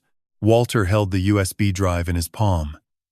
It was lighter than a coin, smaller than his thumb, and it contained the voice of a woman who had spent her last months building a fortress around the people she loved. He replaced the base plate, tightened the 4 screws, and wound the music box once more. Clair de Lune filled the kitchen, each note landing on the silence like a drop of rain on still water. The extra weight was gone now. The melody played clean and pure, the way Helen had always intended it to sound. After the message had been found, Walter placed the USB drive in his pocket and returned the music box to Ethan, who was sitting on the guest room floor, cross-legged, drawing a map of the solar system with colored pencils. "Was it from Grandma?" Ethan asked without looking up. "Yes." "What did she say?" Walter sat on the edge of the bed. He watched the boy draw Saturn's rings with careful, circular strokes, the pencil moving with the same focused patience Helen had brought to everything she touched. She said to turn the light back on. Ethan looked up. His eyes were wide behind his wire-rimmed glasses, and in them Walter saw something that went beyond curiosity, beyond excitement, beyond the simple joy of a 10-year-old who loved the stars. He saw understanding, the quiet, steady kind that does not announce itself but sits in the center of a person like ballast in the hull of a ship. The lighthouse? Ethan whispered. The lighthouse. Ethan set his pencil down. When? Walter placed his hand on the boy's head, feeling the warmth beneath the wool hat he wore even indoors, because he said astronauts keep their heads covered in space. Soon. That evening, while Monica arranged presents beneath the tree and Ryan reviewed files in his office, Walter sat in the armchair by the bedroom window and looked at the lighthouse. The glass cabin was dark, as it had been for 3 years. But inside the lantern room, behind the tarnished Fresnel lens, was a switch that responded to a 4-digit code. 0714. And inside his pocket was a voice that had been waiting, patient and precise, for the exact moment it was needed. Helen had hidden her final journal in the one object that carried her music, in the hands of the one person in the house who still listened for songs that were no longer playing. The countdown had begun. Christmas morning arrived with the kind of cold silence that makes a house feel smaller. Frost had formed on the windows overnight, and the ocean beyond the dunes was the color of iron. Walter woke at 4:47 as always, and lay in the dark listening to the familiar sounds, the furnace cycling on, the wind pushing against the north wall, the distant crash of winter waves against the jetty. He dressed slowly. Navy blue sweater, khaki trousers, the leather slippers Helen had given him. He picked up the brass lighthouse key from the nightstand and held it for a moment before placing it in his pocket beside the USB drive. Both objects rested against his thigh like two halves of the same sentence. Downstairs, Monica had already set the stage. The living room glowed with the tree lights she had programmed to turn on at 6. Gifts were arranged beneath the branches in clusters organized by recipient, each wrapped in coordinated paper, each tagged with a handwritten label in Monica's careful script. A tray of cinnamon rolls sat on the kitchen counter, store-bought but transferred to a ceramic dish to suggest they were homemade. Coffee brewed in the French press. A Christmas playlist streamed from her phone through a speaker on the bookshelf. Soft jazz renditions of carols that filled the room with manufactured warmth. Everything was beautiful. Everything was controlled. And Walter moved through it like a man walking across a frozen lake, aware that the surface was solid, but the water beneath was deep and waiting. Ethan appeared first, running down the stairs in flannel pajamas, his hair pressed flat on one side and standing straight up on the other. He went directly to the tree and began examining packages with the systematic focus of a boy who approached even Christmas morning as a form of scientific inquiry. He sorted them by size, then by weight, shaking each one and recording his predictions in a small notebook he carried in his pajama pocket. "This one is a book," he announced, holding up a rectangular package. "And this one is either a telescope lens or a very heavy pair of socks." Walter sat on the couch and watched him. In Ethan's joy, there was no performance, no calculation, no agenda. It was the purest thing left in this house, and Walter understood why Helen had entrusted the music box to him. Ethan did not just carry the melody. He was the melody. Ryan came downstairs at 7:30, carrying a cup of coffee he had made in the upstairs bathroom using a travel kettle he kept in his closet. Walter noticed the detail. Ryan had stopped using the kitchen in the morning. A small act of separation that spoke to a larger withdrawal. He greeted everyone with a smile that was genuine in the direction of Walter and Ethan and carefully neutral in the direction of Monica.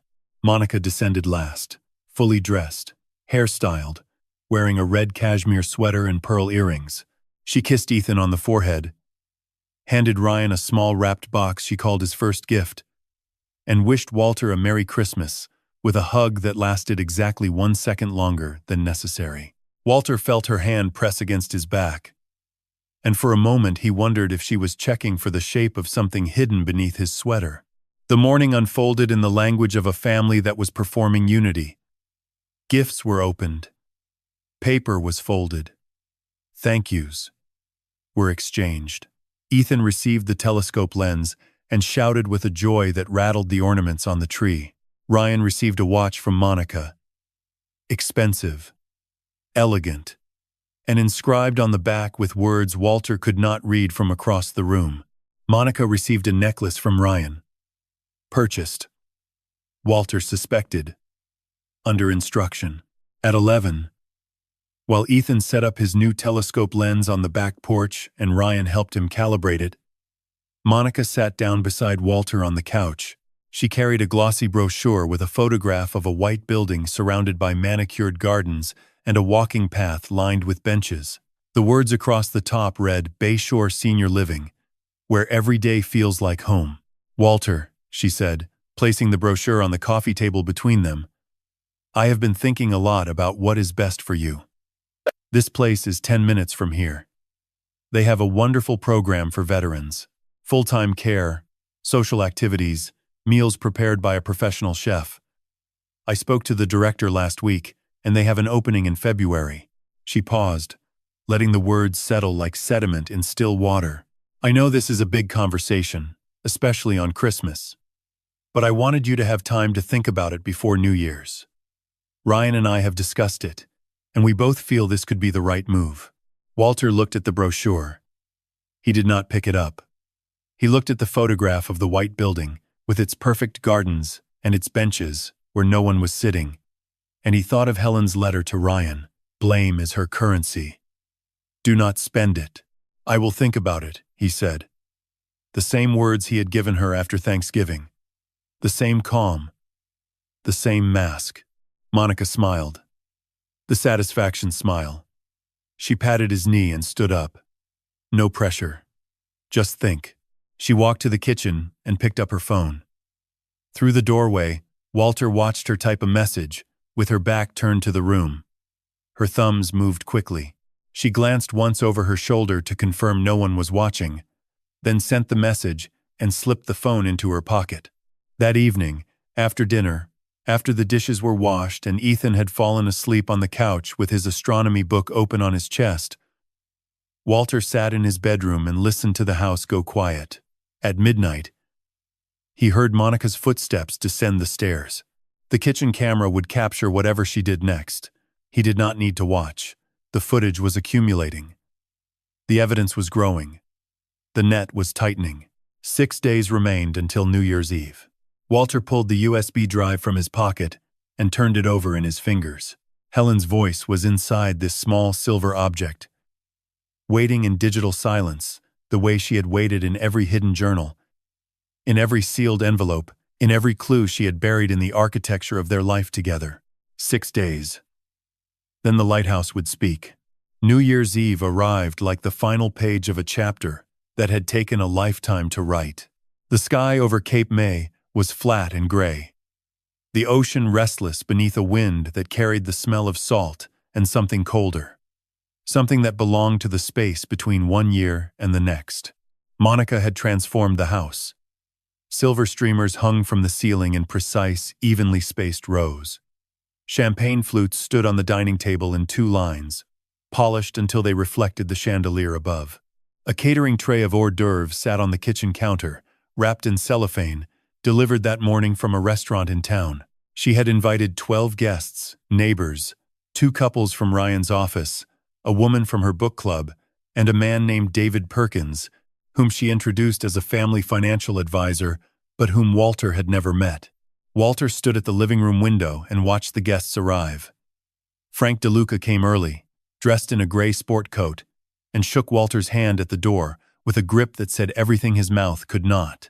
Patricia Nguyen arrived 10 minutes later, wearing a black dress and carrying a small leather folder she placed in the coat closet beside her jacket.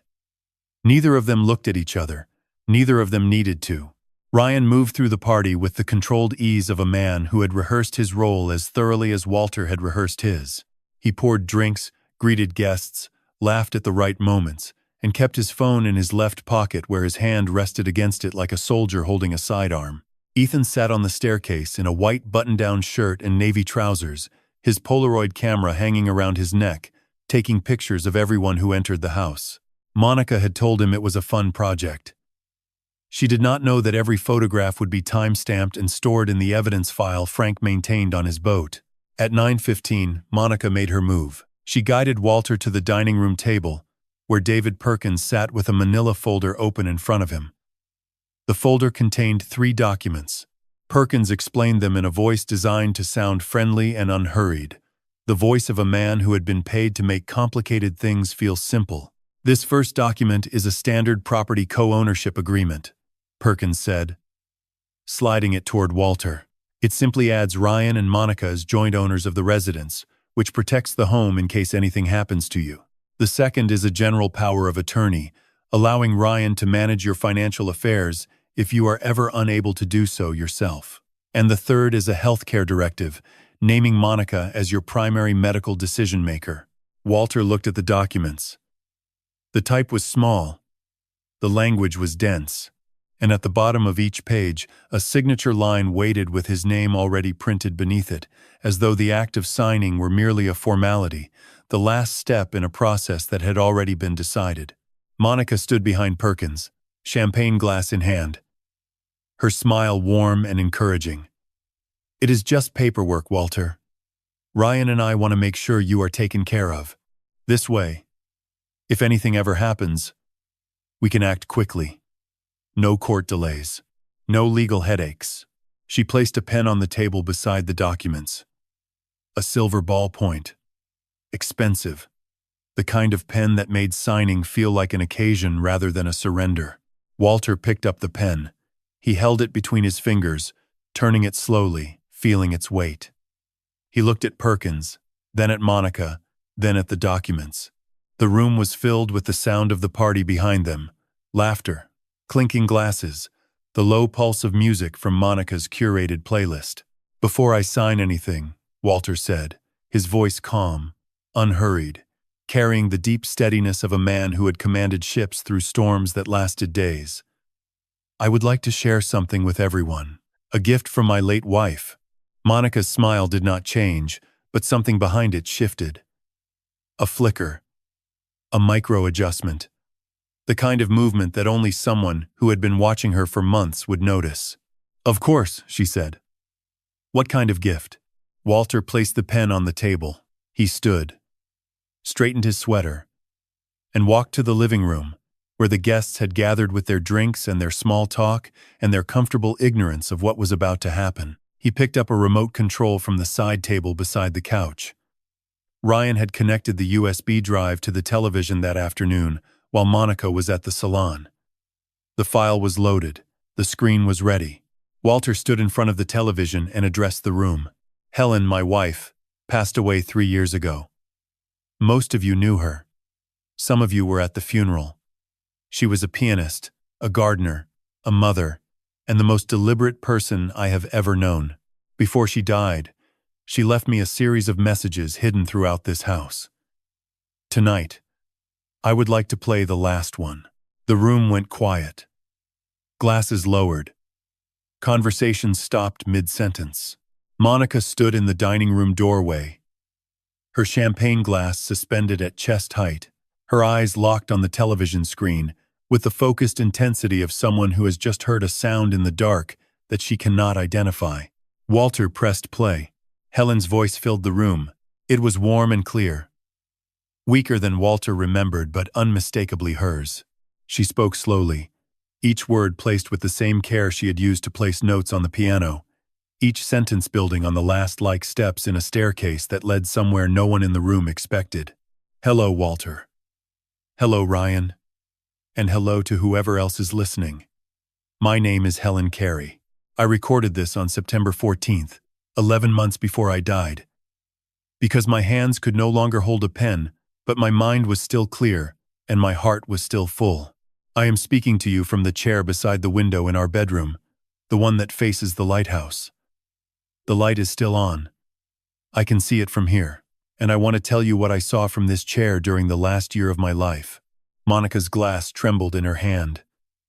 A single drop of champagne slid over the rim and landed on her finger. She did not wipe it away. Helen continued, "I saw a woman enter my home, and begin to take it apart from the inside. The room held its breath. Helen's voice continued. It moved through the room like water, finding every crack, every corner, every space between the people who stood frozen with their champagne glasses and their New Year's hats, and their sudden, terrible understanding that this party had never been what they thought it was. In the 14 months before my death, I watched this woman study my husband the way a locksmith studies a lock.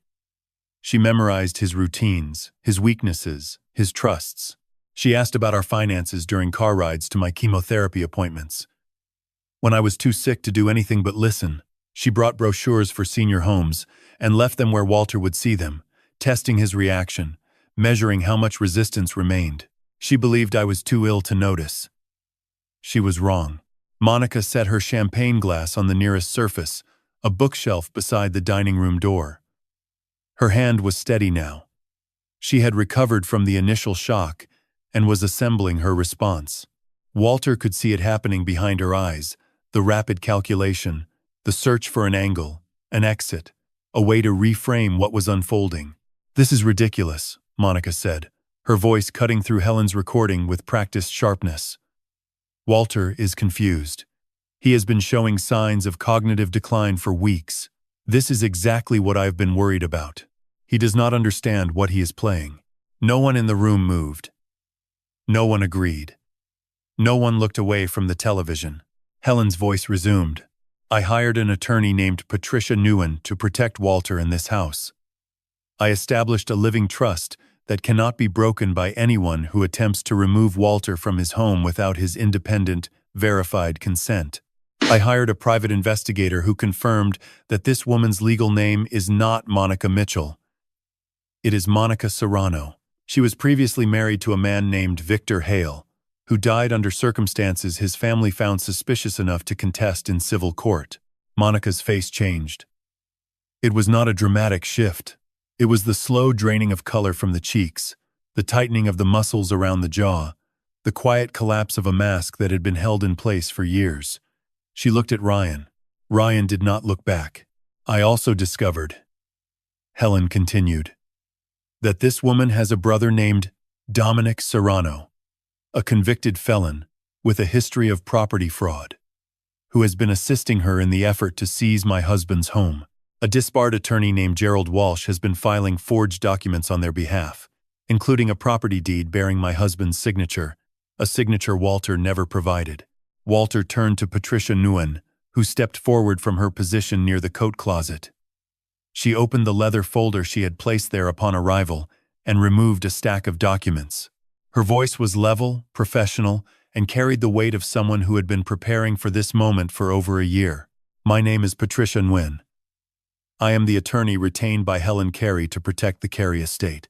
I hold certified copies of the living trust, the forged deed transfer filed by Gerald Walsh, a forensic handwriting analysis confirming the signature is fraudulent, and a complete background file on Monica Serrano and Dominic Serrano. These documents have already been provided to the FBI field office in Atlantic City." The room exhaled. Guests exchanged glances. A woman near the window pressed her hand to her mouth. David Perkins closed his manila folder slowly and pushed his chair back from the table, a man quietly separating himself from the wreckage. Monica turned to Ryan. "Ryan, tell them this is insane. Tell them I am your wife." Ryan stepped forward. He stood beside Walter, not behind him, not in front of him, but at his side, the way a first mate stands beside a captain when the ship is entering hostile waters. He reached into his jacket pocket and removed the leather notebook he had been carrying for months. "I have been documenting Monica's activities since August," Ryan said. His voice was steady, but Walter could see the effort it cost him. The way his throat tightened on certain words, the way his hand pressed the notebook, as though it were the only solid thing in a room that had become liquid. "I found unauthorized bank transfers to accounts controlled by Gerald Walsh. I copied emails in which Monica discussed property filing deadlines and strategies for obtaining Walter's signature. I recovered deleted text messages sent to a prepaid phone registered in Camden, messages that included the phrase, The old man is showing signs. Timeline moves up. He opened the notebook and read from a specific page. On December 3rd, Monica sent a message to a contact saved as Diane. The message read, "Perkins is confirmed for New Year's Eve. 3 documents." He signs in front of witnesses. File January 2nd. Done. Ryan closed the notebook. He looked at Monica for the first time since he had begun speaking. She stared back at him with an expression Walter had never seen on her face before. It was not anger. It was not fear. It was the look of a woman watching a door close that she had always assumed would remain open. "You read my messages," she said. "You forged my father's signature." Ryan replied. Frank DeLuca moved to the front door, opened it, and stepped aside. Outside, 2 vehicles had pulled into the driveway, their headlights cutting through the darkness. The first was a dark blue sedan with federal plates. The second was a Cape May County Sheriff's cruiser. 2 men in suits stepped out of the federal vehicle. A uniformed deputy stepped out of the cruiser. Frank addressed the room. "My name is Frank DeLuca, retired detective, Newark Police Department. I have been coordinating with the FBI field office in Atlantic City regarding a federal property fraud investigation involving Dominic Serrano and Gerald Walsh. The agents outside have a warrant." Monica did not run.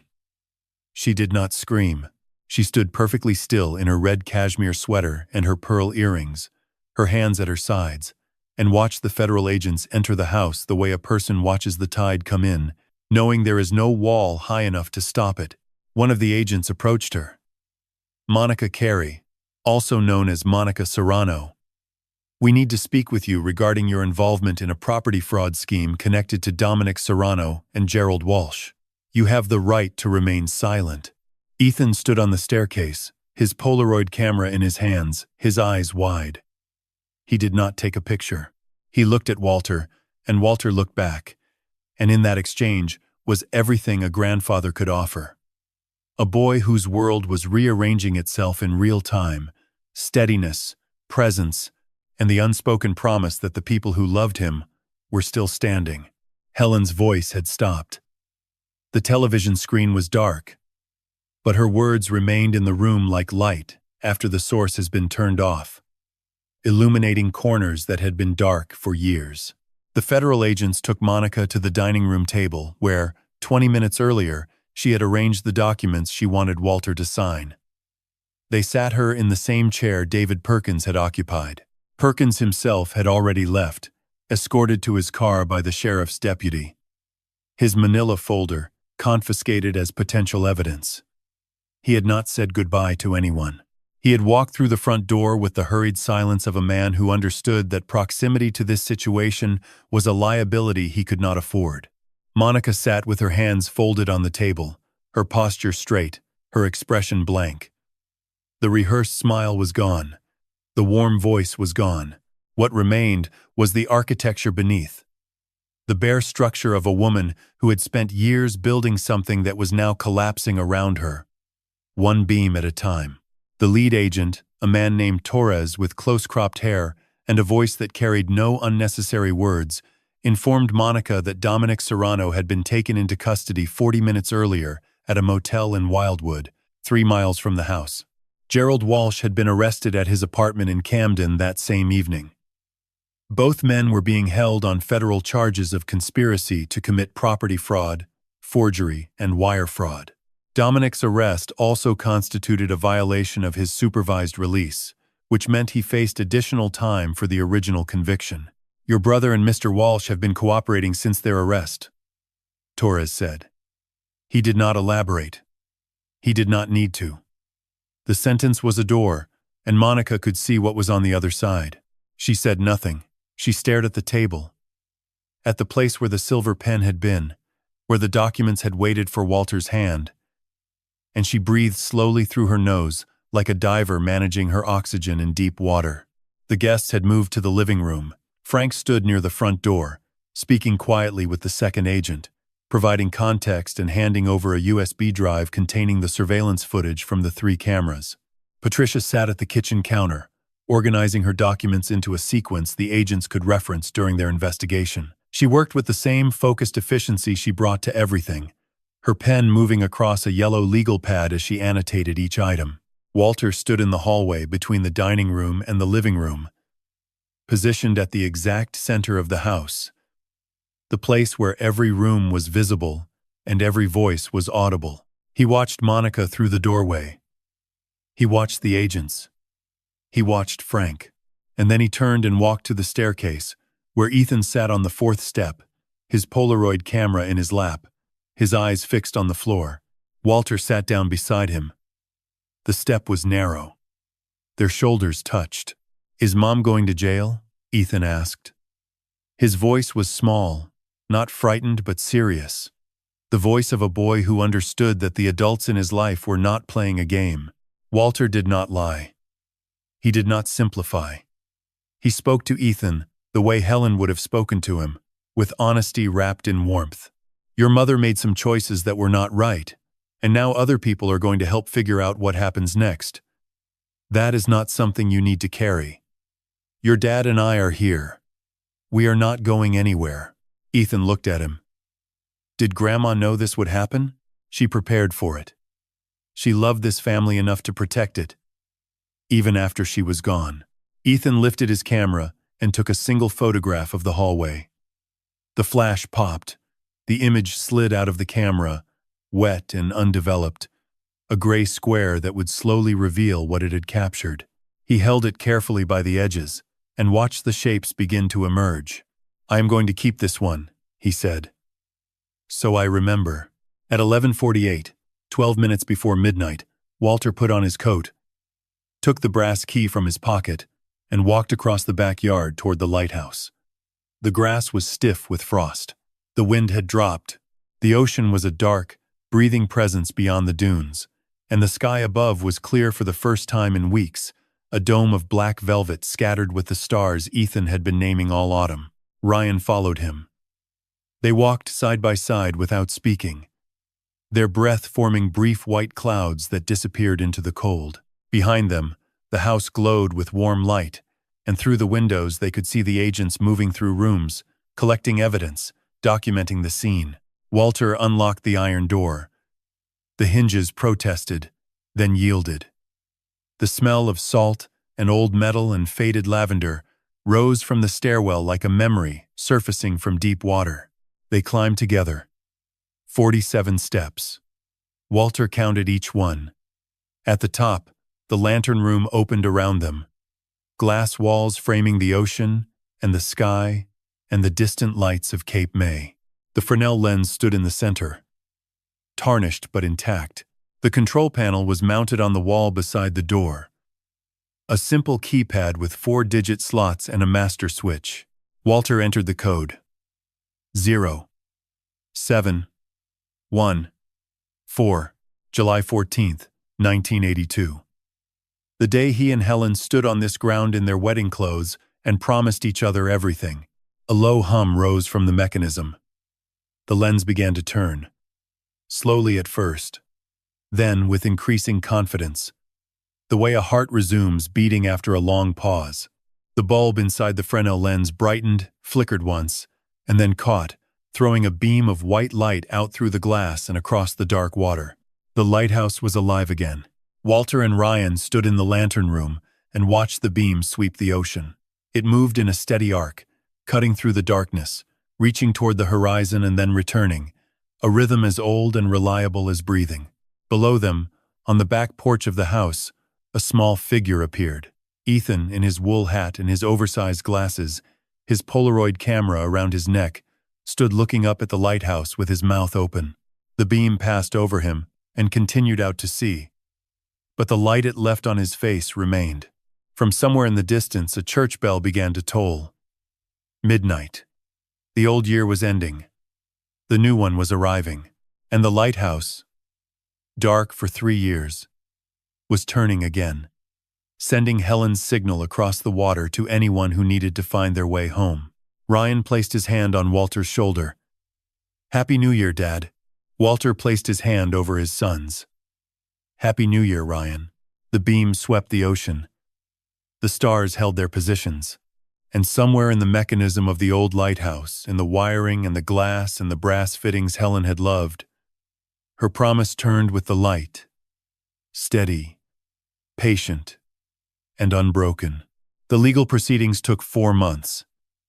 Gerald Walsh pleaded guilty to 3 counts of forgery and 1 count of conspiracy to commit property fraud in exchange for a reduced sentence. He received 32 months at a federal correctional facility in southern New Jersey and was permanently barred from practicing any form of legal consultation. His testimony confirmed that Monica had contacted him through Dominic and had provided detailed instructions for every forged document, including the specific pressure and slant of Walter's handwriting, which she had studied from old letters and birthday cards stored in a box in the attic. Dominic Serrano's case was more severe. His participation in the fraud scheme violated the terms of his supervised release from the original wire fraud conviction. The court revoked his release and sentenced him to an additional 51 months to be served consecutively with the remaining time on his previous sentence.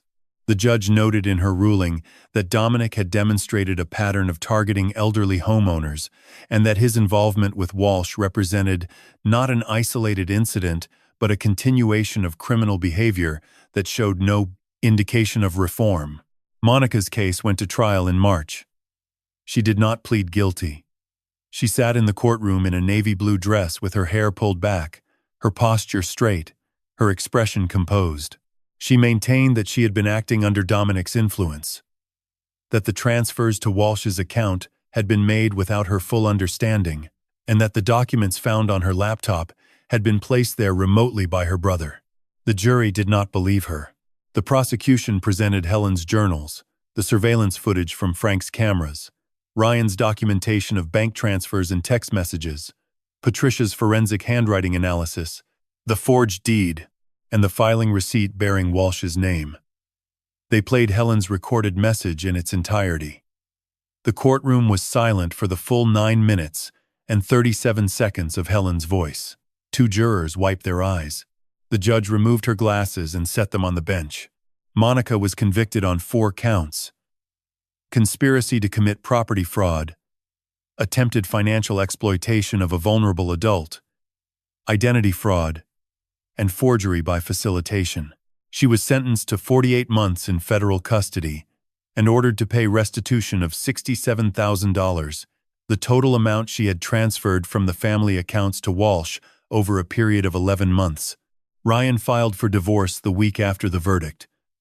It was granted, without contest. 1 year after the New Year's Eve that changed everything, Walter stood in the kitchen at 4:47 in the morning, pouring tea into the anchor pattern mug. He had started using it again in the spring. The first morning after the trial ended, he had taken it from the cabinet, washed it by hand, and filled it with Earl Grey. The porcelain was chipped at the rim, a small crescent of white against the blue anchor. But it held the warmth the way it always had. The house was quiet in the way. Only a house that has survived something can be quiet. Not empty. Not waiting.